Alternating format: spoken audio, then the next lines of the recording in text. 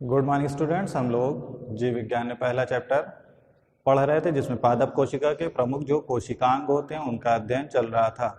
आज अगला कोशिकांग है लवक, या जिसे प्लास्टिड्स कहा जाता है। लवक जो होते हैं वो मुख्य रूप से पौधों में 3 प्रकार के होते हैं। सबसे पहला हरित लवक, इसे क्लोरोप्लास्ट कहा जाता है। दूसरा वर्णी लवक, इसे क्रोमोप्लास्ट कहते हैं।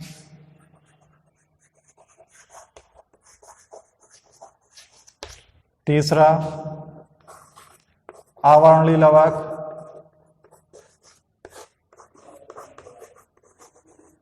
इसे ल्यूकोप्लास्ट कहा जाता है। क्लोरोप्लास्ट यानी हरित लवक जो होता है वो मुख्य रूप से पौधों की पत्तियों तथा शाखों या तनों में भी उपस्थित होता है। वर्णी लवक जो होता है वो उसे क्रोमोप्लास्ट कहते हैं।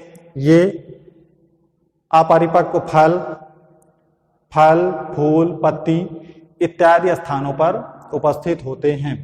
अवर्णी लवक जो होता है ये पौधे के उन भागों में पाया जाता है जहां पर प्रकाश नहीं पहुंच पाता, अर्थात जड़, और इसके माध्यम से किसी भी प्रकार का रंग प्राप्त नहीं होता। तो आज हम लोग हरित लवक की संरचना तथा उसके कार्य का अध्ययन करेंगे। हरित लवक जो होता है वो हरे रंग के लवक होते हैं जो पौधों में उपस्थित होते हैं। इनमें जो हरा रंग उपस्थित होता है वो इसमें पाए जाने वाले विशेष प्रकार के वर्णक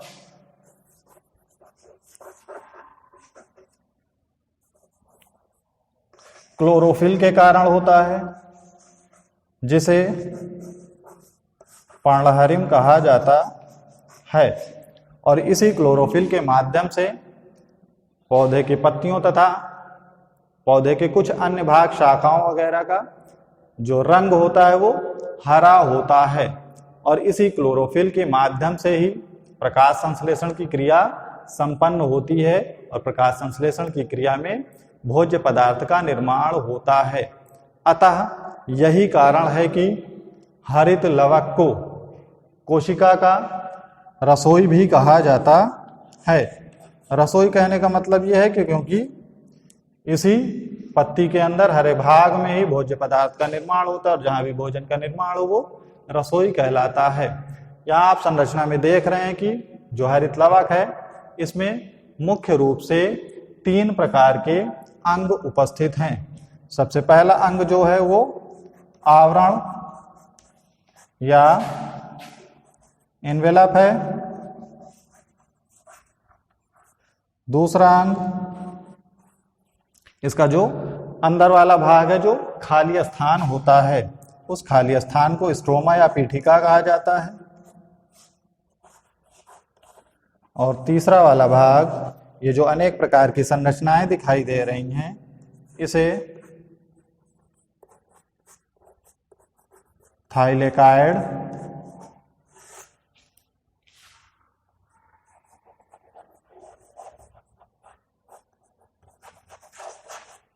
कहते हैं। यहां संरचना में देखिए, जो आवरण वाला भाग है ये डबल लेयर्ड होता है, जो कि पूरे हरित लवक को चारों ओर से घेरे रहता है। इसमें किसी भी प्रकार का कोई छिद्र नहीं होता जिसके माध्यम से आदान प्रदान कोशिकाओं में विभिन्न प्रकार के अंगों के बीच हो सके।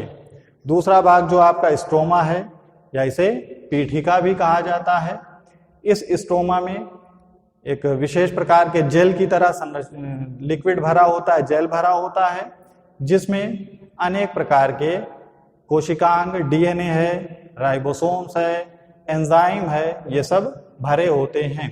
और जो प्रकाश संश्लेषण की अप्रकाशिक अभिक्रिया होती है, प्रकाश संश्लेषण की क्रिया 2 प्रकार से होती है। पहला लाइट रिएक्शन, दूसरी डार्क रिएक्शन। जो डार्क रिएक्शन होती है वो इसी स्ट्रोमा यानी पीठिका वाले भाग में होती है। तीसरा भाग जो है वो है थाइलेकाइड।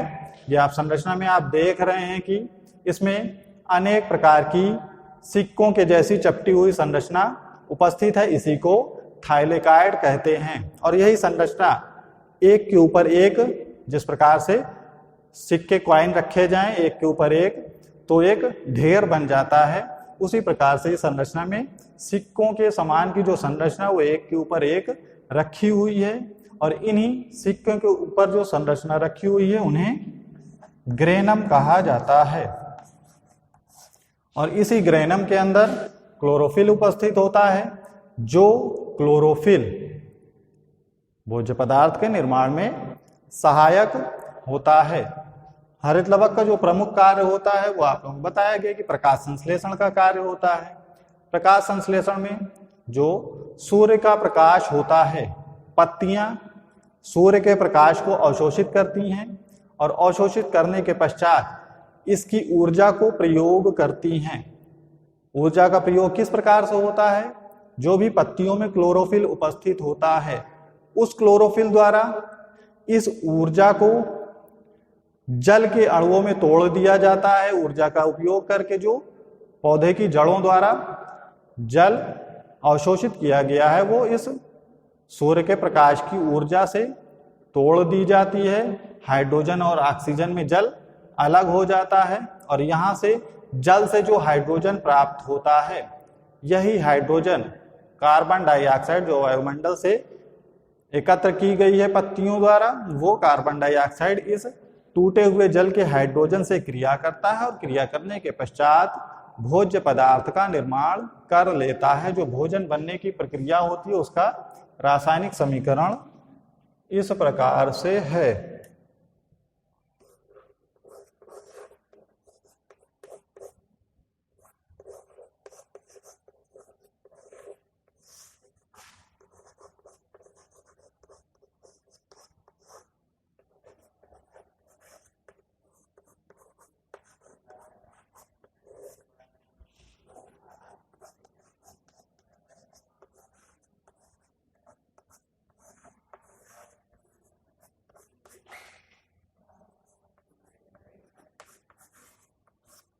यहाँ आप देख रहे हैं जो वायुमंडल द्वारा अवशोषित की गई कार्बन डाइऑक्साइड है वो पौधों की जड़ों द्वारा खींचा गया जल उससे क्रिया करता है प्रकाश की उपस्थिति में तथा पर्णहरिम की सहायता से।